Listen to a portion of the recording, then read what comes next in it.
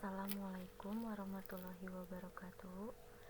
Perkenalkan, nama saya Yoni Anggraini, NPM 101222064. Yang pertama adalah pengertian manajemen karir adalah proses untuk membuat karyawan dapat memahami dan mengembangkan dengan lebih baik keahlian dan mereka dan untuk memanfaatkan keahlian dan minat ini dengan cara yang paling efektif. Manajemen karir individu sebagai manajemen karir yang dilakukan secara individu dengan tujuan menetapkan perencanaan dan perkembangan karirnya. Selanjutnya, ada manajemen karir adalah proses di mana organisasi mencoba untuk menyesuaikan minat, karir individual, dan kemampuan organisasi untuk merekrut karyawannya. Tujuan karir. Tujuan atau sarana karir adalah posisi atau jabatan tertentu yang dapat dicapai oleh seorang pegawai bila yang bersangkutan memenuhi semua persyaratan dan kualifikasi yang dibutuhkan. Untuk melaksanakan jabatan tersebut, tujuan atau sarana karir tidak otomatis tercapai bila seseorang pegawai memenuhi syarat yang harus dipenuhi karena untuk mendukung suatu karir tertentu. Nah, kadang-kadang harus memenuhi syarat-syarat yang seringkali di luar kekuasaannya, yaitu ada tidaknya lowongan pekerjaan sebagai pejabat, jabatan yang dituju, atau lowongan pekerjaan untuk pegawai. Ada juga tidaknya keputusan dan referensi dari pimpinan. Kualitasnya semua itu dapat membatasi kemajuan karir seorang pegawai. Yang pertama, proses manajemen karir. Di sini ada career exploration, didasarkan pada tingkat exploration behavior dikembangkan oleh vokasio psikologis, exploratory behavior mental atau fisik aktivitas seseorang. Dalam hal ini diperlakukan informasi mengenai individu tersebut dalam lingkungan. Informasi digunakan untuk mengembangkan individu dan okupasional konsep. Yang kedua, development of career goal.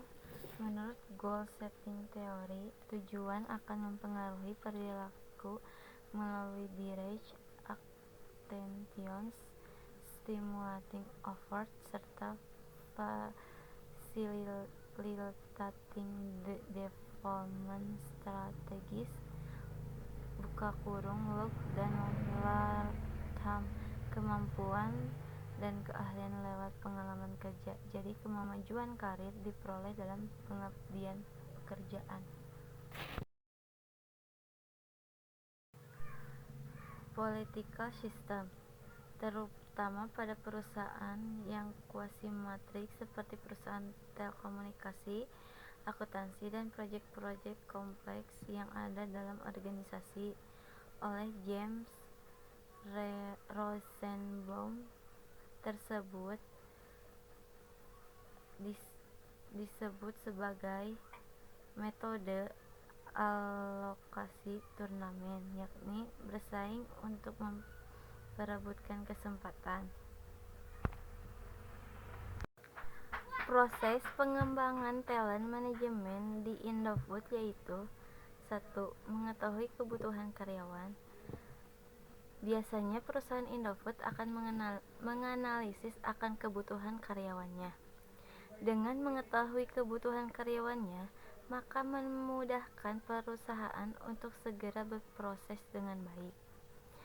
Semua karyawan harus bekerja secara profesional sesuai dengan tanggung jawabnya.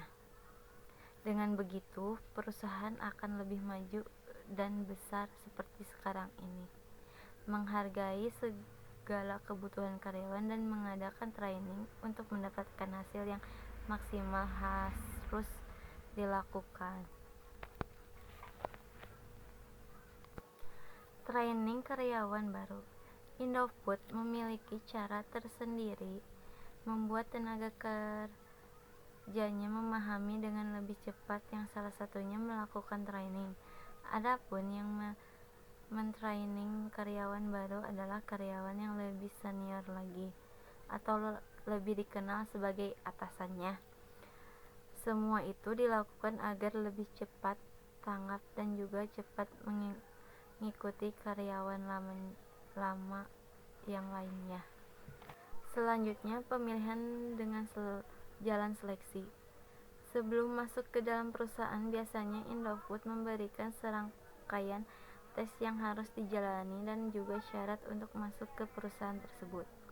Dengan tes dan juga syarat masuk ke dalam perusahaan yang matang, kita akan mendapatkan talent yang memang, sehingga ketika diberi penjelasannya ketika mulai bekerja, mereka akan lebih paham dan mengerti mengenai tugasnya sendiri dan lebih jelasnya tugasnya masing-masing. Selanjutnya, jenjang karir dan promosi jabatan. Untuk mengembangkan kemampuan para karyawannya, maka biasanya Indofood akan memberikan jenjang karir dan promosi jabatan bagi karyawan yang berprestasi. Semua yang berprestasi akan dengan mudah naik jabatan karena Indofood ingin mengembangkan kemampuan yang dimiliki untuk memajukan perusahaannya sendiri. Selain itu juga yang diharapkan perusahaan karyawan akan memberikan loyalitas kepada perusahaan demi mengembangkan dan membuat perusahaan menjadi besar di masa yang akan datang. Menjalin kerjasama dan hubungan baik dengan karyawan. Pihak manajemen selalu membina hubungan baik dengan karyawan baik yang di pabrik dan juga di kantor. Hal ini dilakukan Indofood agar tak ada kesenjangan dan juga meningkatkan omset agar dapat meningkatkan keuntungan. Selain itu juga Indofood memiliki tujuan untuk mensejahterakan karyawan yang bekerja memajukan perusahaan. Hubungan baik yang tercipta biasanya dilakukan juga kegiatan di luar lingkungan kerja untuk memberikan refreshing dan penyegaran terhadap peran karyawannya. Semua karyawan senang dan bersemangat kerja. Itulah yang diharapkan perusahaan demi kemajuan perusahaan yang dikelola selama ini. Dengan perusahaan yang maju dan memiliki omset yang sehat akan memberikan penghidupan bagi karyawannya. Talent manajemen di Indofood dilakukan secara rutin dengan tujuan memperhatikan kinerja perusahaan. Dengan terjalin kerjasama yang baik, diharapkan akan dapat membantu meningkatkan pendapatan perusahaan dan juga pemenuhan gaji yang naik seiring tiap tahun. Kenaikan upah minimum regional dan juga harga bahan bakar minyak yang meningkat ini